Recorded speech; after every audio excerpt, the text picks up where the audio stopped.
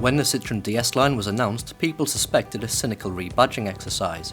A hallowed badge slapped on the front of Citroen C3, C4 and C5 cars, and a few visual tweaks amounting to a marketing tactic.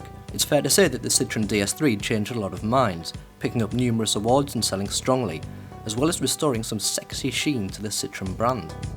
So expectations are high for the new DS4, a jacked up coupe that's based on the C4.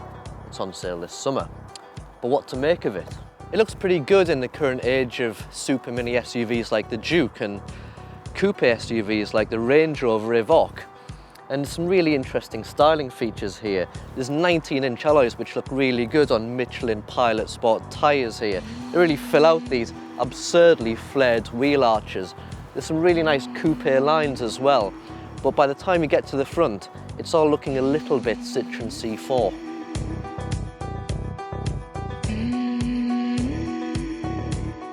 There's 370 litres of storage space in here. Now, that's not particularly good, but it's not bad for a sporty coupe. What's more, there's space for 5 adults in the DS4. Now, getting in here, I'm not convinced there's really space for 5 grown-ups, and what's more, these windows don't go down.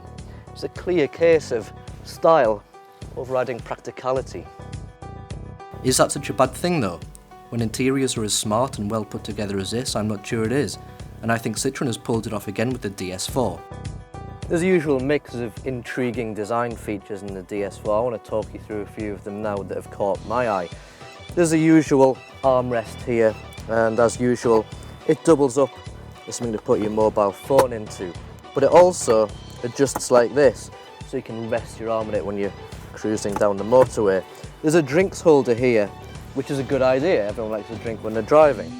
But unfortunately, that can doesn't really fit in there. It doesn't feel like it's going to stay in there. You don't want hot coffee all over your lap at 70 miles an hour on the M6. Also, this glove box doesn't really work very well. I've got my nice new DS4 manual here, but if I try and put it in there, it doesn't close. Bit of a crazy design flaw. What I do like are these adjustable visors, which one of those details you think that's such a good idea, why don't all cars have that? Well, the DS4 does have it, and it's rather cool. I've got one last gripe, which is the height of these pedals. When you're driving, it seems a little bit high to me, and that made my ankles quite sore when I was driving along. If you're doing 5 or 6 hours down the motorway, or you're in city driving, I think that'd get quite annoying. There are gadgets and gizmos aplenty in here, like a blind spot monitoring system to warn of cars sneaking up on the motorway, and an emergency call response that dials emergency services at the touch of a button. Meanwhile, heated seats and massage function are generally only seen on much more expensive cars.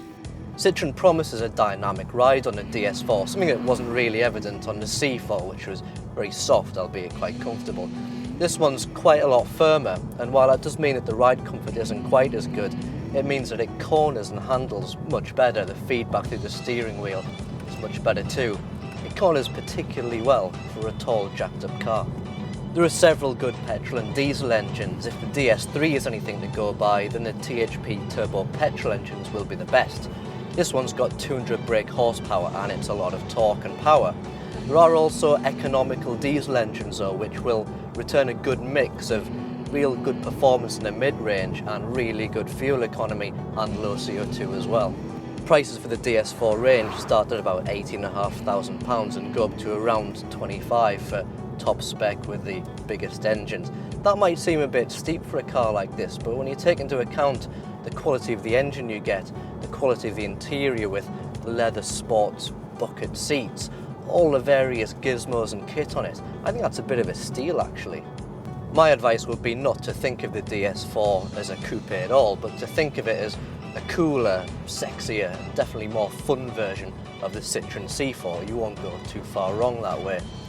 If the C4 is for weekdays, then the DS4 is definitely Sunday best.